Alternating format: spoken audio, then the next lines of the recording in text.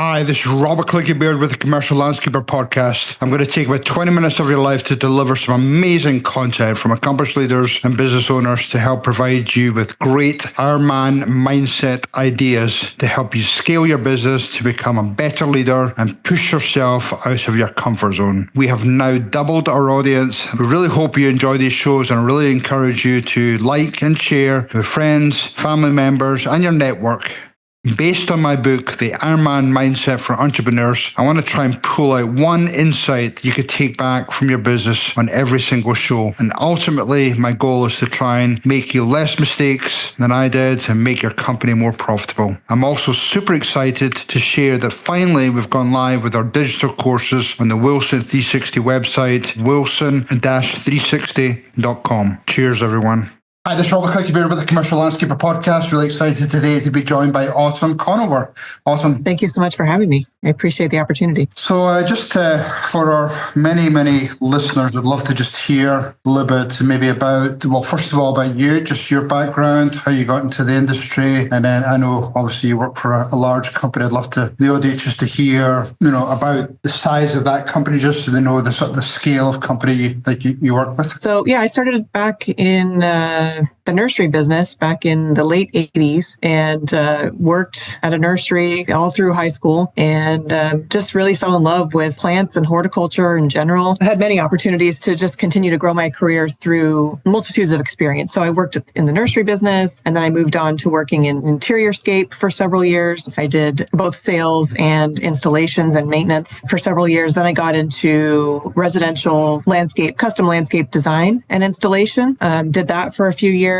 They also had a nursery component, so I was kind of double dipping at that point in the game. And from there, I moved into commercial landscape maintenance, and that was with environmental care prior to it being named Valley Crest. And my tenure within that company, although we had a couple of name changes over the period of time, was about 18 years. So I left, during that 18 years, I went from being started out as a business developer, which really wasn't kind of my thing. My experience was more on the horticultural side, but it worked. I sold from a place of what the customer needed versus what I wanted to sell the customer. And I think my approach of non-salesman-y, if that's a word, and just trying to figure out what that customer needed and getting them the opportunities that they needed to put in place to make their property better and to improve their overall value. I think it really worked really well. So I did that for a few years, was very successful in that role, and then was given the opportunity to move into operations manager for the South Orange County branch, which I held for 1 year and then was promoted to branch manager. I was the branch manager of that location for about 10 years. And then I was moved up to vice president, general manager over the Orange County market, which actually that was right about the time that Brightview came into play. Once we switched over to Brightview and we had that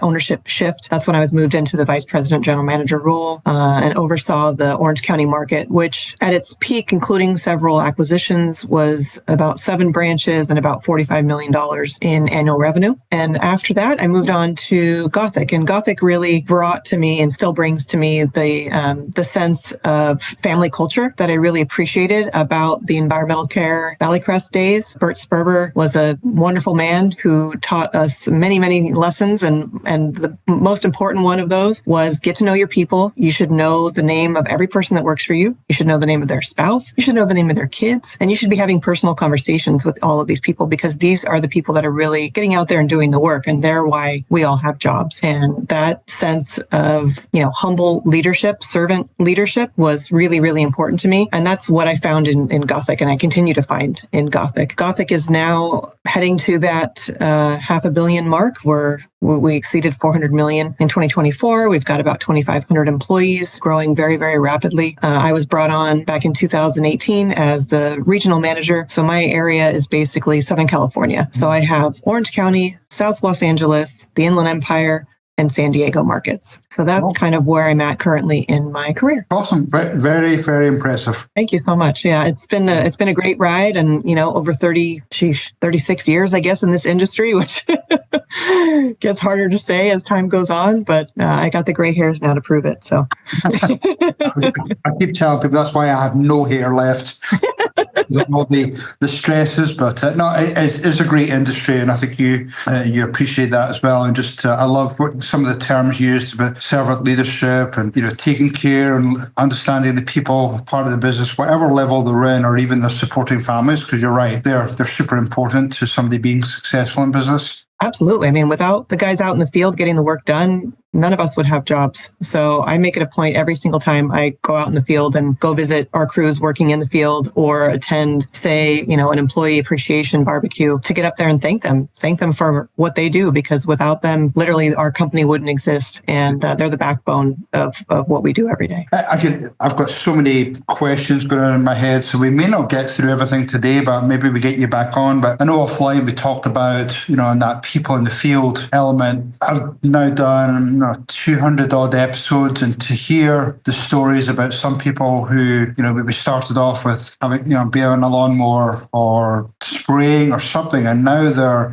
CEOs of companies and in that leadership role. And it's so important to show that path of leadership. Mm-hmm. How do you do that in your company? I mean, it seems like you're really passionate about that piece, the people part. And how do you show them that path and get them into, become future leaders of the company? It really is my passion, is finding those skills within people that they may not recognize are actually leadership skills that could lead them to higher and better positions within the company or within the industry in general. I've got a few examples. I've got a gentleman that works now for us in the Orange County branch as an account manager, or senior account manager, actually. And I was originally introduced to him back at Valleycrest. He was a foreman, and, his account manager was out on an extended vacation over the holiday. And so even though I was the VP GM, we were short staffed, and I had this foreman reporting to me daily on his properties so that I could make sure that the customers were kept informed. This gentleman did such an excellent job. He went above and beyond what I asked him to do, was bringing me photos and showing me exactly what had been done, what needed to get done. And I just pointed out to him, you've got an immense amount of capacity and capability as a leader within this organization. Over the years, he got promoted from foreman to production specialist to, I believe, operations manager, and then account manager, and now senior account manager. So he's a great example of somebody who didn't even know within himself that he had that ability. He had only been in the industry for a couple of years at the time that I met him, and has since made it his career. Got another example of a gentleman who we hired as an account manager in the San Diego branch a couple years back. I immediately saw he had immense potential. He'd been in the industry for maybe 10 or 12 years, but he just had this innate leadership within him and this very charismatic, enthusiastic way of engaging with people. And anytime I see that kind of spark in someone, I know that they've got the right mixture to become a great branch manager and beyond. So this gentleman has now worked for us coming on 5 years. He is now a senior branch manager, soon to become a market manager. He's got 3 branches under his wings now. He's got the largest branch in my region, and they just continue to grow at an exponential speed. So I'm very, very proud of him and what he's accomplished. And again, it's really just, you can teach someone the skills that they may not have if they're coming to the industry from another industry. But if they have that passion and that enthusiasm and that humble attitude, that's the right ingredients for making a great leader, regardless of whether they are naturally a horticulturalist or not. Yeah. So I've been blessed with coming across a lot of people that have that innate ability and may not have seen it for themselves, and been able to show them, hey, this is exactly what it looks like to be a great leader. And you just have to apply that same principle to meeting with customers, to meeting with senior leadership in the company, to meeting with your own employees and showing them their own path for the future of their career. Yeah, there's nothing greater than seeing someone, like I just mentioned, who now has three branches under him, who bought his first home, a brand new home, and seeing that picture that he showed me of him and his family standing in front of their, closed escrow sign in front of that house. I mean, literally, I just get teary-eyed just thinking about it. It's just the greatest. That's awesome. So how do we replicate you? Because you obviously have a great skill set to identify those needs. I do a lot of strategic planning every year. And one of the things I encourage people to do as they're building their plan for, the next year, one of the phrases I use is, who are the diamonds in the rough? Who are the people in the field that have the ability to become future leaders? Not only just identifying them is finding some type of a training program or fast track program to channel their way quickly through the company. A lot of companies really struggle with that, developing that training program to fast track them. I'd love to hear maybe just some of the ideas or techniques that you've used now or in the past? Well, Gothic has a great program in place for what they call the high potential employees within the company. So they have implemented an annual meeting for those that are, currently in a mid-level role, call it an account manager role or something similar, but they have the capacity and ability to become more than that, become branch manager, regional manager, and beyond. So there's a high-level meeting with those high potential people and senior leadership within our company to focus on the specific skills that those people may need in order to take that next step to get into that next level. And those people are obviously pointed out by existing branch managers, existing regional managers, like, hey, this person's really got some serious potential. Let's invest some time and opportunity into them. We've also got some, outside assistance from third-party consultants that will come in and do some specific one-on-one training with people that are, 90% of their skill set is exactly what it should be for their role, but maybe they've got 10% that needs to be just honed a little bit to give them that extra push that they need to be even more successful. So I think it's a combination of those two things. It's internal training, a little bit of outsourcing, and some executive coaching, if you'll call it that. We definitely, with the growth that we've been experiencing the last almost 7 years that I've been here, those programs are becoming even more critical to ensure our success as we continue to grow at a very quick rate. Yeah, I do a lot of personality assessments, and those I think are beneficial to identify some of the strengths and some of the weak points. But, building in things like, leadership development programs, or a key part of that is that emotional intelligence, being able to sort of manage, different personalities, whether it be in their crews or whether it be in the branch. But those are all, I think people have an idea, but to have some type of either internal resource or some type of external resource to be able to hone in those skills a little bit more, I think is really crucial. So it sounds like you're doing a nice job. Yeah, no, it's really critical. Like I said, with the growth that we've got and the new hires, we're bringing on, just my region alone hired 100 people last year, and that's just within the maintenance division, just in Southern California. So I'm one of 5 regions. We're growing rather quickly, so we have to have those internal programs to identify, train, and educate those people, because we do look for the people with emotional intelligence as part of the onboarding or pre-hiring process, of course. Like I said earlier, as long as they have the passion for what we're doing, doesn't matter if they have the skills. We can teach the skills, but you can't really teach emotional intelligence. So that is a big key in identifying the right candidates to come work for a company like ours. Yeah, and you actually made a good couple of points there. I know when, the last few years of having my company before selling, we were into more hiring people, especially in that middle senior managers, people who were passionate about work, people were passionate about working with customers, rather than people coming already with those, hard skills. It really was beneficial because we felt as though we had so much knowledge within our company that we could quickly teach them some of the hard knowledge. But the other thing that sprung to mind was, I use the term building the bench a lot. And most of the time I'm referring to building the bench of people coming into the company. But I think you're making a great point, is building the bench also means who are the people that are those, emerging leaders in the company that could be future branch managers or regional managers or whatever. And having a program to support that is super, super helpful. Oh, yeah. I'm a huge believer in promoting from within whenever possible, right? Yeah. So 9 times out of 10, I'd much rather try to source a candidate from inside the company than bring somebody on from outside, because it really helps the morale of the company. Everyone around that person that's recently been promoted sees that they now have that same opportunity and beyond. So when I've got these leaders that I was talking about earlier out there in the field being living examples of what you can be when you really apply that passion to this industry, it gets everyone excited. So it's really critical to the success of any business, in my opinion. How do you promote that? Do you promote within? Do you have any sort of internal communication or newsletters or something just to celebrate some of those internal successes? I agree with you 100%. It does inspire others to step up and come to you and say, hey, I want to get to that position. How can you show me how to get to that next promotion?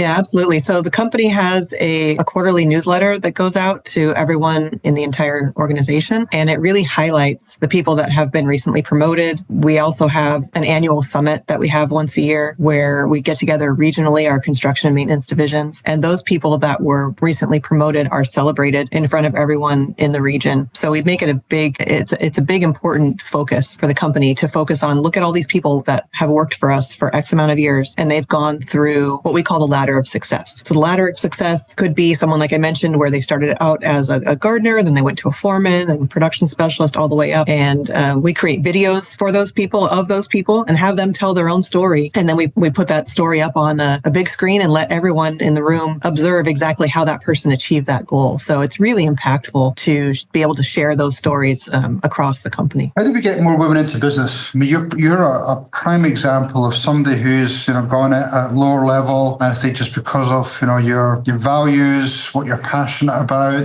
that seems to have got you great success within your career and your company right now. But I'd love to see more women in the industry. And how do we get more women into the industry? Because they're great, hardworking, multitask. But I think there's that element of, when you start throwing around landscaping, construction especially, it's got certain, mindset that comes along with that. No, it's definitely a challenge. I will say that I went to the NALP conference last fall in Charlotte, North Carolina, and I was pleasantly surprised to see quite a few women that were business owners, women that were, in senior leadership positions within their larger organizations that they happen to work for. And a lot of college students, right? NALP utilizes college students to do a lot of the work at the conference itself. And it was great to talk to some of those students to hear what they're passionate about, what they're looking forward to moving into in their careers. We do have quite a few, we're blessed, I would say, within Gothic to have quite a few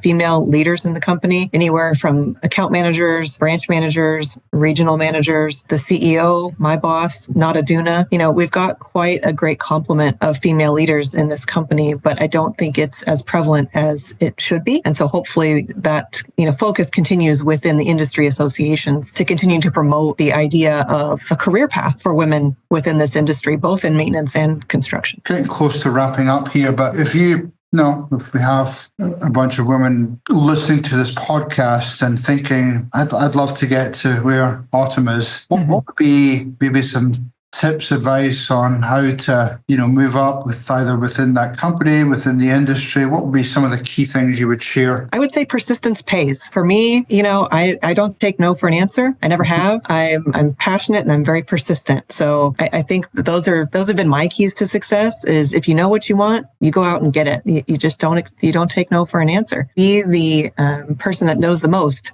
in your space about the area within our industry that you're really passionate about. And then take every opportunity you can to share your wisdom with others so that they can start to see your potential. That's really been the success for me, I think, is making sure that I continually educate myself on everything that I'm passionate about within our industry, and then sharing that knowledge across a broad base of people that not only I work with and work for and they work for me, but also people that are from competitors, people that are, still in community college or university and looking to expand in the future, and just sharing my experience and what's worked for me with those people has been pretty successful. Yeah, I love that. Yeah, I use the term carry your own bag a lot. And what I mean by that is, when I look at, I'm getting a lot of people approaching me now. Hey, I'd love to be in the podcast. They're young, they're up and coming, and they're scaling the company quickly. And I think a lot of it's to do with more of that content, that knowledge being available to people. I think, the reason why I use the term, carry your own bag is that if your company is not providing you some of that, the resources, then find it. There's so much out there, and continually learn and, try and better yourself. So I think that's exactly what you're saying is that, the resources are there. It's just a case of the passion, the desire to find that. And also, aligning yourself with the company that fits your values. Right. That's super important because you can have these great aspirations for yourself, but if the company that you're working for isn't supporting you in those goals, find the company that will. because they're out there. Yep. There's a lot of great family-owned companies out there that really do believe in their employees. I think you just got to go out there and put yourself out there and find the right home. Well, very inspiring today. Awesome. Really appreciate your time. If people wanted to, follow up with you or just maybe pick your brain a little bit more, what's the best way for them to connect with you? You can reach out to me on LinkedIn, Autumn Conover, or you can also email me directly at autumn.conover@gothiclandscape.com. Awesome. Well, awesome. Really appreciate you coming on the show, sharing some great nuggets, inspiring people in the industry, and I really appreciate your time today. Thank you, Autumn. Thank you, Robert. I appreciate the opportunity. Thank you. Thanks for tuning in to the Commercial Landscaper Podcast. I'm Robert Clinky-Baird, and I hope today's insights inspire you to push yourself beyond your limits, lead with purpose, and scale your business to new heights. Don't forget to check out our new digital online courses and training programs on the Wilson 360 website, and join the Boss Business Management Software community to optimize your business like never before. If you found value in this episode, please subscribe on YouTube, share it with your network. Let's grow, let's transform the industry together. Until next time, stay inspired and keep striving for greatness. Cheers, everyone.